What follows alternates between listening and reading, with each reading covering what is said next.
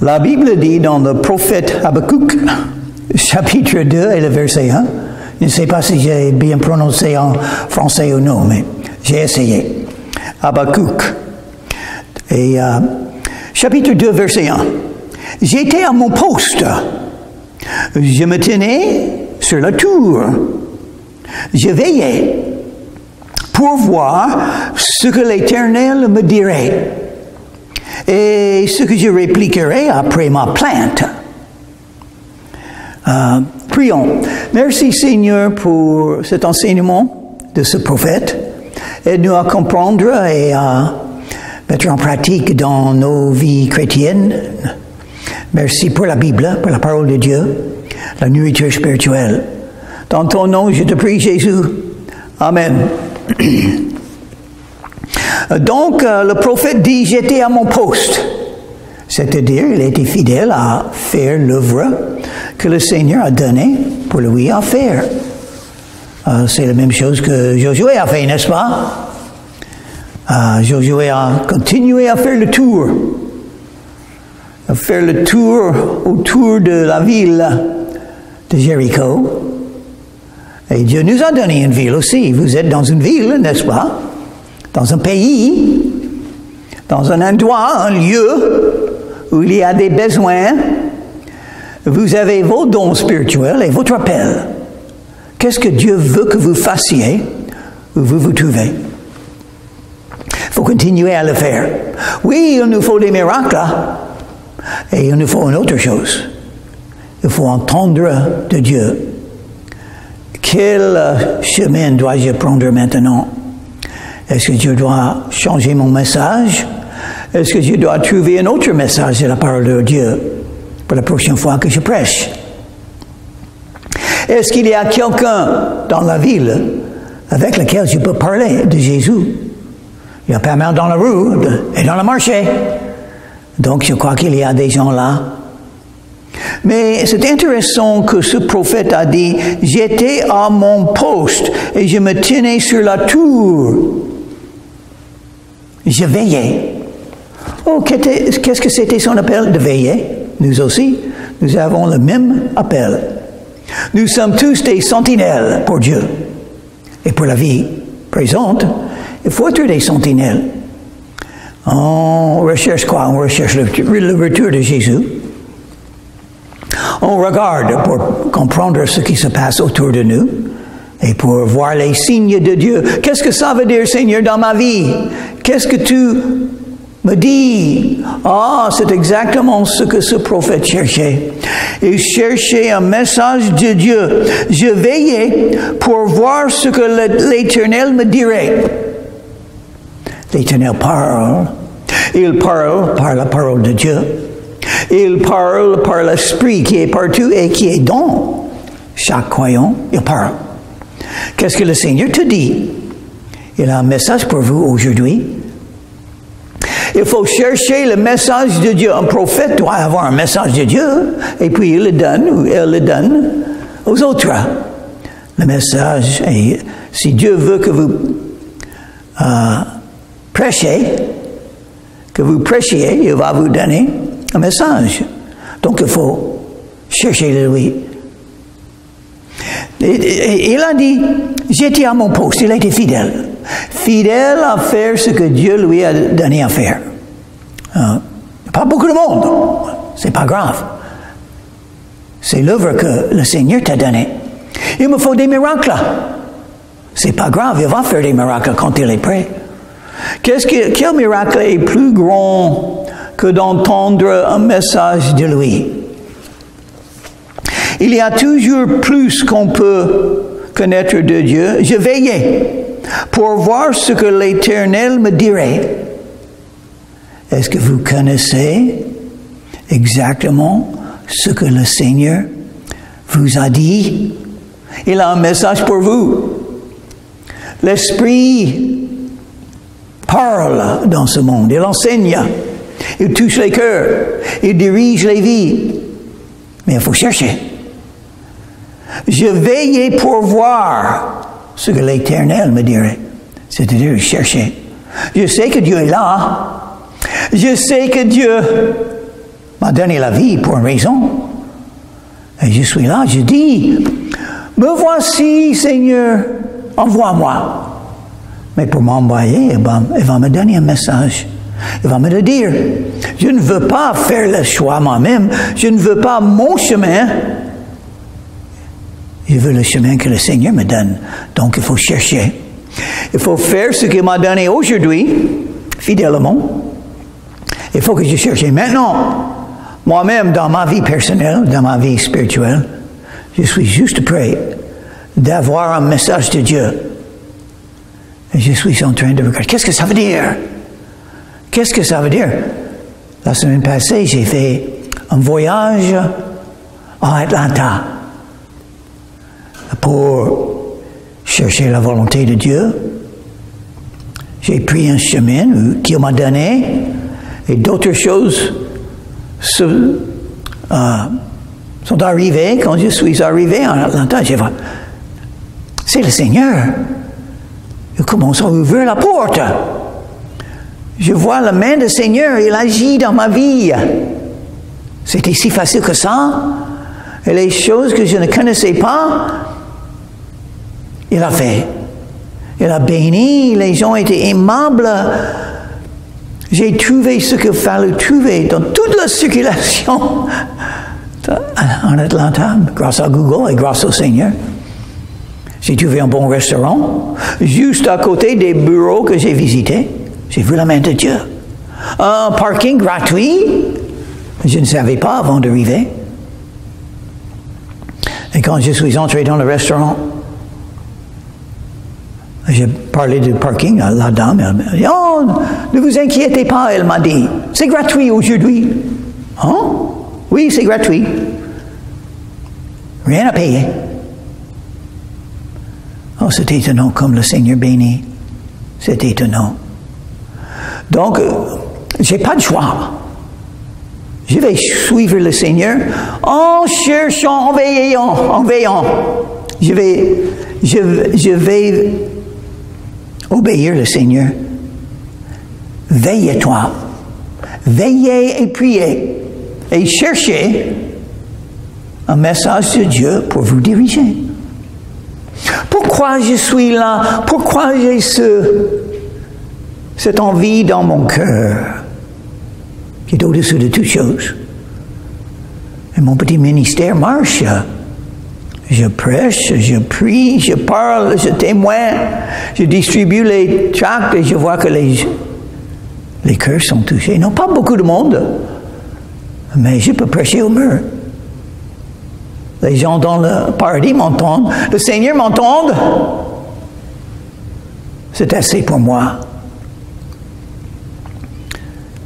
Mais qu'est-ce qu'il faut que je fasse?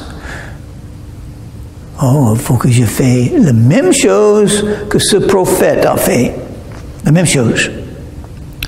Et ce que je répliquerai après ma plainte. Oui, ce prophète a parlé à Dieu.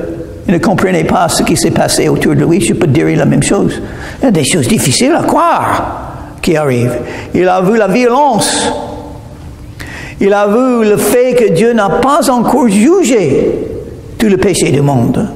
Mais si on comprend le cœur de Dieu, ça c'est facile à comprendre. Hein? Jésus n'est pas encore revenu parce qu'il ne veut pas juger. Il veut sauver les méchants de la terre. Un message de Dieu. Viens Jésus et croire et être pardonné. Mais si Jésus juge maintenant, leur occasion, leur opportunité d'invoquer le nom de Jésus sera perdue. Mais Jésus est venu pour sauver, pas pour détruire. Malheureusement pour le monde, attention au monde, Jésus va revenir pour juger. Mais il ne veut pas. Il veut sauver, il veut pardonner, il veut bénir. Donc, il faut avoir beaucoup de foi. Je crois qu'on peut avoir un peu plus de foi que ce prophète. Il a fait des plaintes au Seigneur, mais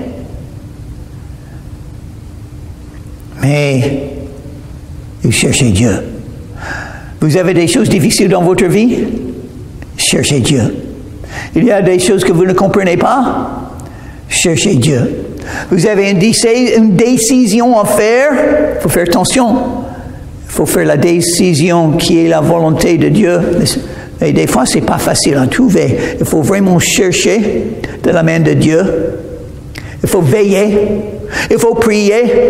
Il faut invoquer le nom de Jésus. Il faut s'examiner.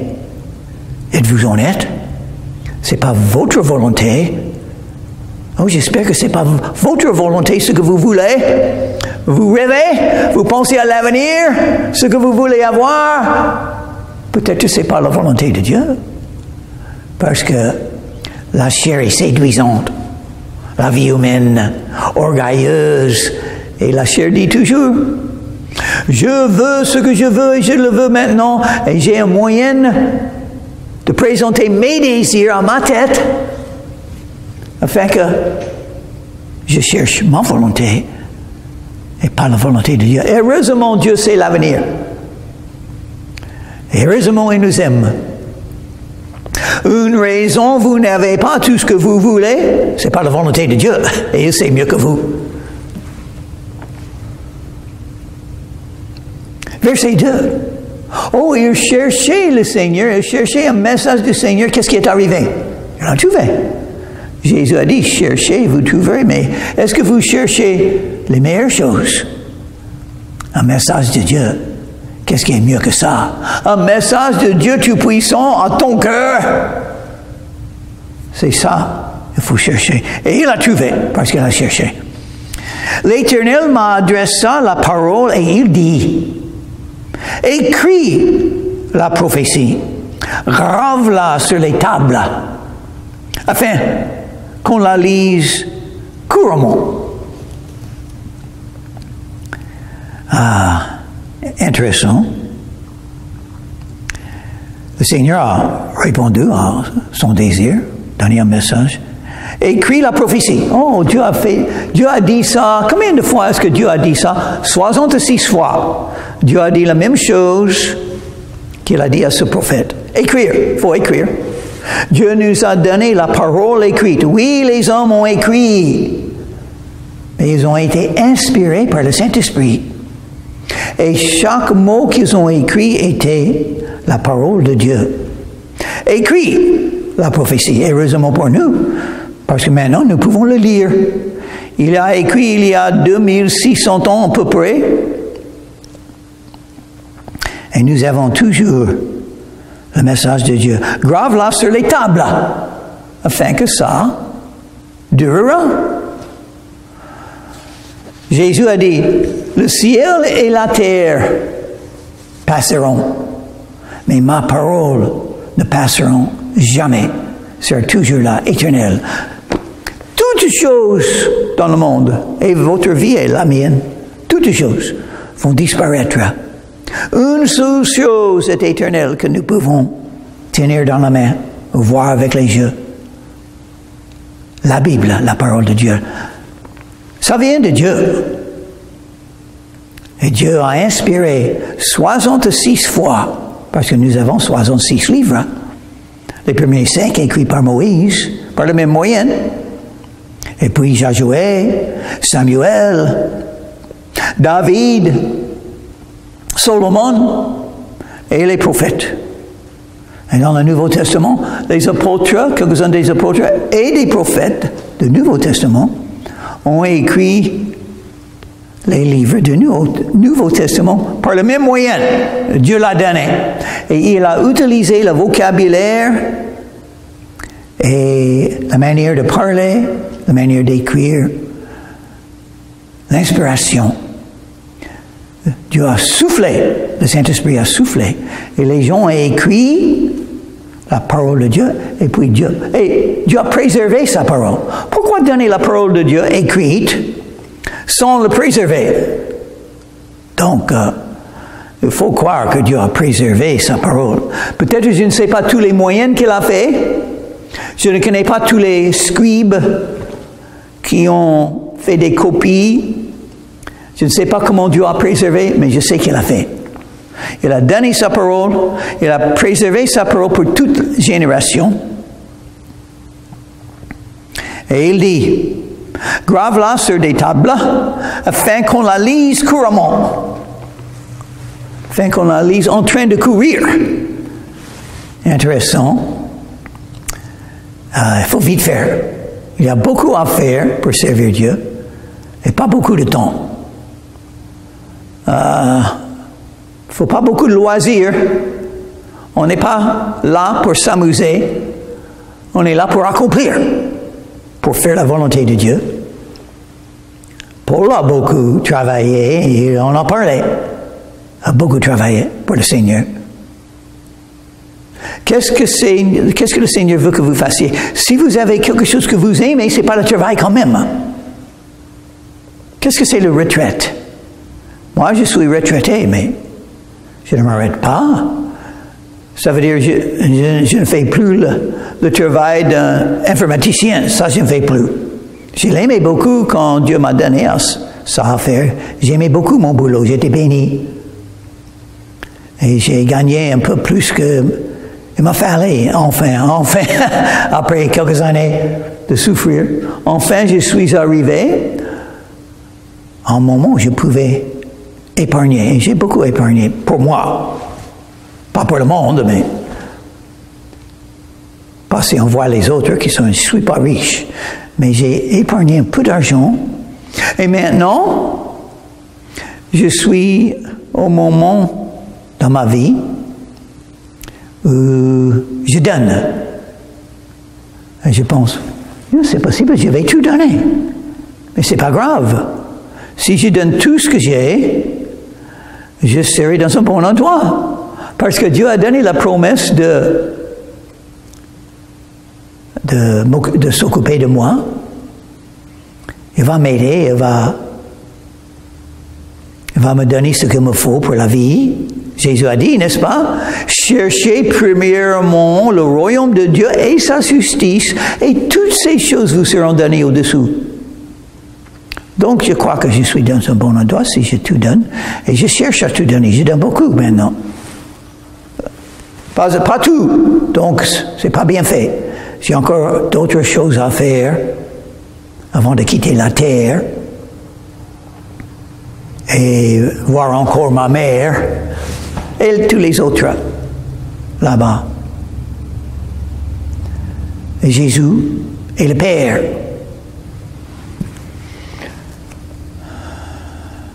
Car c'est une prophétie dont le temps est déjà fixé. Oh, le temps est déjà fixé. Dieu sait l'avenir. La prophétie veut dire, des fois, des choses de l'avenir. Pourquoi un prophète pouvait parler des choses de l'avenir? Parce que son message vient de Dieu et Dieu sait l'avenir. Ça, c'est une des raisons qu'il faut aller avec Jésus. Il ne faut pas prendre votre propre chemin. Vous croyez, oh, si je vais par là, je serai heureux ou heureuse. Oh oui, mais vous ne savez pas l'avenir. Cette décision peut être le pire de votre vie. C'est beaucoup mieux de suivre Jésus. Et quand vous suivez Jésus, c'est lui qui connaît l'avenir, vous ne savez pas. C'est toujours mieux de suivre Jésus et de chercher sa volonté. Chercher un message de lui. Chercher la sagesse de lui. La compréhension. De toucher les cœurs, les signes.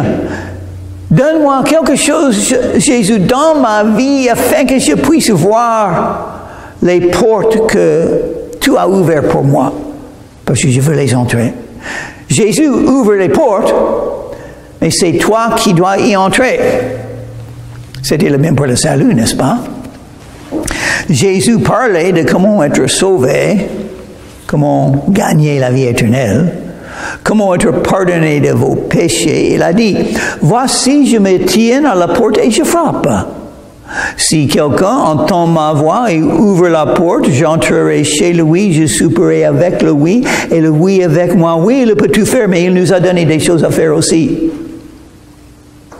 Le péché ne marche pas. Vous allez beaucoup souffrir. Le plus que vous péchez, le plus que vous allez souffrir.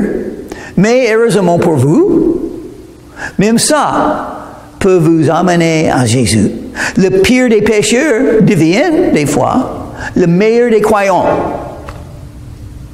Marie de Magdala est une épreuve. 7 démons, on ne dit pas quels étaient ces démons. Qu'est-ce qu'elle a fait? On ne dit pas. On peut imaginer une femme avec 7 démons. Qu'est-ce qu'elle a fait? Les meurtres, les adultères. Qu'est-ce qu'elle a fait? Mais Jésus a tout pardonné. Oh, elle aimait Jésus. Le premier de venir au sépulcre. Qui est venu le premier? Celui qui l'aimait le plus. Celle qui croyait ses enseignements.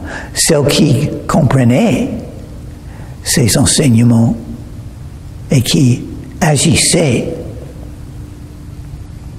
Et pourquoi? Parce qu'elle savait qu'elle était une grande pécheresse. Elle savait que Jésus a tout pardonné. Elle savait quand il était sur la croix, il était en train de mourir pour elle. Et elle était toujours en train de remercier le Seigneur. Toute sa vie, tout ce qu'elle a fait, tout ce qu'elle a décidé. Pourquoi? Parce que Jésus l'a sauvé. Donc c'est facile à choisir le bon chemin si on a un amour comme ça pour Jésus. C'est facile. Oh Seigneur, tu veux que je fais par... Mais je vais beaucoup perdre. Je vais perdre mon église, ma femme, ma famille, ma ville. Tout ce que j'ai accompli depuis 10 ans, je vais le perdre. Mais je vais perdre quand même quand je meurs. À la fin de la vie, je vais perdre tout ça. Je donne ma vie à Jésus, n'est-ce pas? Alors, je crois que je peux le faire. S'il m'appelle. L'appel et les dons de Dieu sont irrévocables. Merci Seigneur. Merci. Car c'est une prophétie dont le temps est déjà fixé. Elle marche vers son terme et elle ne mentira pas. Oh, la vérité. La prophétie ne mente pas. La parole de Dieu ne mente pas. Les hommes peuvent mentir. Les idées du monde, les philosophies du monde peuvent être des mensonges si on ne sont pas d'accord avec la Bible. Dans la fin des temps, plusieurs s'éloigneront du Seigneur, s'éloigneront de la foi. Est-on séduit par des doctrines des démons? Oh, faut étudier la Bible. Là-dedans, vous trouverez la vérité de Dieu. 66 fois, il a donné. S'il tarde, attends-la. Oh, des fois, il faut attendre. Si on a la foi en Dieu, on peut attendre. Qu'est-ce qu'on attend? Le retour de Jésus n'est pas venu. C'est maintenant presque 2000 ans. Il a donné la promesse qu'il revienne. Il n'est pas encore revenu. On attend. Si vous avez la foi, vous pouvez attendre. Et votre vie. Il y a des choses qui ne sont pas là dans votre vie. Un amour, de l'argent, une porte ouverte. Mais Jésus peut le faire. Si vous croyez en lui, vous pouvez croire en son temps. Il le fera.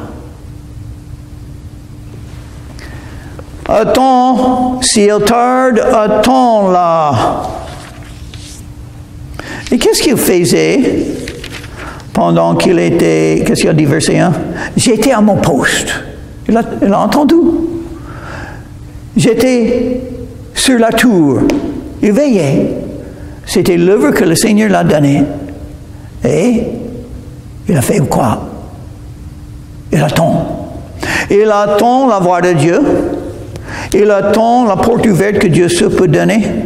Il attend l'accomplissement, l'exaucement de ses prières. Car elle s'accomplira. Elle s'accomplira certainement. La parole de Dieu, la prophétie. Il faut lire la Bible, le connaître et reconnaître une chose. Ça va être accompli. Chaque mot sera accompli. Oh, c'est bien d'avoir la vérité. Il y a tant de mensonges autour de nous. Et là, Dieu ne mente pas. Et il a donné sa parole. Voilà la vérité. Si vous voulez savoir qu'est-ce qui va arriver dans l'avenir, il faut connaître les prophéties de la Bible. Voici, son âme est enflée, il n'est pas droit en lui. Qui sait? Beaucoup de gens. Malheureusement, ça parle des êtres humains. Nous sommes tous des pécheurs. Tous ont péché et sont privés de la gloire de Dieu. Ça parle de moi et de vous. Nous sommes tous des pécheurs. Et ça, c'est un grand problème. Dieu est saint, nous sommes des pécheurs, et le jugement vient. La prophétie parle de ça aussi, n'est-ce pas, le jugement? La colère de Dieu se manifeste du ciel contre toute iniquité et toute méchanceté des hommes. Qu'est-ce qu'il va faire ce juge qui est saint? Et même Jésus a dit, quand on prie, « Mon Père, que ton nom soit sanctifié. » Son nom est saint parce que son nom parle de qui il est, le saint. Le seul qui est saint. Il n'y a qu'un qui est bon. Nous sommes tous méchants. C'est vous qui êtes méchants. Jésus a dit, j'aime quand il a dit ça, devant une grande foule. Et Jésus a dit, vous qui êtes méchants. Oh oui, il nous connaît. Méchants. Heureusement, Dieu a un moyen de nous donner la justice. Parce que Dieu, il nous a créés pour avoir des enfants. Des enfants saints. Mais comment être saint? Je suis déjà un pécheur. Et tout le monde sont déjà des grands pécheurs, méchants, même selon Jésus. Donc, comment devenir saint comme Dieu pour pouvoir entrer dans le royaume des cieux, pour plaire à Dieu, pour gagner le paradis, pour vivre éternellement? Oh, nous sommes des grands pécheurs, c'est un problème. Mais, oh Dieu sait résoudre ce problème. Son grand plan pour le monde, pour le Messie, pour vous et moi. Dieu a le moyen de corriger ce grand problème. Mais le juste vivra par sa foi. Oh, ça c'est un verset qui est cité dans le Nouveau Testament parce que c'est un verset très important. Ça parle de la justification par la foi. Par les œuvres, nous avons déjà péché. Mais par la foi, qu'est-ce que c'est la foi? Se confier dans le Seigneur. Et qui est le Seigneur? Jésus-Christ. Dans l'Ancien Testament, il s'est manifesté comme l'Éternel, celui qui existe éternellement. Dans le Nouveau Testament, il se manifeste par le nom Jésus. Selon l'ange Gabriel, il doit être appelé Jésus, il a dit à Marie, parce que il sauvera son peuple de ses péchés. Le juste vivra par la foi. Quelle vie? La vie éternelle. Le juste vivra par la foi. La foi donne la justice dans les yeux de Dieu. La justification par la foi. Je me confie en Jésus. Et Dieu, qui peut tout faire, il dit, voilà un autre qui est juste maintenant. Il s'est confié en Jésus. Donc, il y a 56 ans, j'étais à genoux en train de prier Jésus. À ce moment, le Père dans le ciel a vu ça. Moi, au pied de Jésus, en train de l'invoquer. Et le Père a dit, vous êtes maintenant juste Vous avez maintenant la vie éternelle parce que vous vous avez confié, vous avez confiance en Jésus maintenant. Il faut se confier en Jésus, c'est ça la foi. Moi, je n'ai rien que les péchés. Je suis coupable. Je n'ai rien fait pour gagner le paradis. Impossible. Un grand pécheur. Pardonne-moi, Jésus. Je me confie en toi. Sauve mon âme. Donne-moi le pardon des péchés. Pardonne mes péchés. Dès que j'ai dit ces mots-là, ou des mots semblables, Dieu, qui peut tout faire, parce qu'il veut des gens qui sont justes, saints, parfaits, dans ses yeux. Et il dit, voilà un autre qui est saint maintenant. Oh, enfin, j'ai un autre qui est saint, un autre enfant qui est saint, et qui est juste, et qui a la vie éternelle. Et Dieu peut tout faire. Il décide qui est juste et qui est saint. Et il le fait par celui qui a confiance, foi en Jésus. Et ça vient par la prière. Une petite prière. Si vous mettez votre confiance en Jésus, vous le faites par une prière sincère à Jésus. Vous pouvez prier 1 heure ou 2 secondes. Mais si c'est sincère de votre cœur, vous commencez à suivre Jésus, c'est votre désir. Moi, j'avais 19 ans quand j'ai rencontré Jésus. Je me rappelle très bien les choses qui se passaient dans mon cœur, dans ma tête, par le Saint-Esprit. J'étais coupable. Je voulais être pardonné. Je voulais un changement de vie. Je voulais commencer à suivre Jésus. Donc, j'ai invoqué son nom. On m'a cité un verset de la Bible, Romains 10, 13. Quiconque invoquera le nom du Seigneur sera sauvé. J'ai invoqué, j'ai prié. Le nom du Seigneur, c'est Jésus. Et j'étais sauvé. Maintenant, j'ai le casque du salut. Je sais que je suis sauvé par Jésus-Christ, mon Sauveur. Et j'ai la vie éternelle, le pardon des péchés. Je suis juste devant Dieu. Je n'ai rien fait de bien, pas une seule bonne œuvre. Mais à ce moment, j'étais sauvé. Est-ce que je suis plus sauvé maintenant après 5 ou 6 ans? Non. C'est toujours basé sur une seule chose. Je me suis confié en Jésus. Heureusement, malgré mes péchés, mais Dieu a fait quelque chose. Il a créé ce principe spirituel. Le juste vivra par sa foi. Si vous n'avez pas encore la vie éternelle, vous pouvez l'avoir. Il faut mettre votre confiance en Jésus. Il faut invoquer le nom de Jésus. Et il vous sauvera. Et vous serez automatiquement, grâce à cette prière à Jésus, vous serez justifiés par la foi, éternellement. Prions. Merci Seigneur pour le message que tu as donné à ce prophète. Guide-nous, encourage-nous, dirige-nous, donne-nous la puissance de Saint-Esprit, afin que nous puissions faire ton œuvre dans le peu de temps que tu nous donnes à te servir. Dans ton nom, je te prie, Jésus. Amen.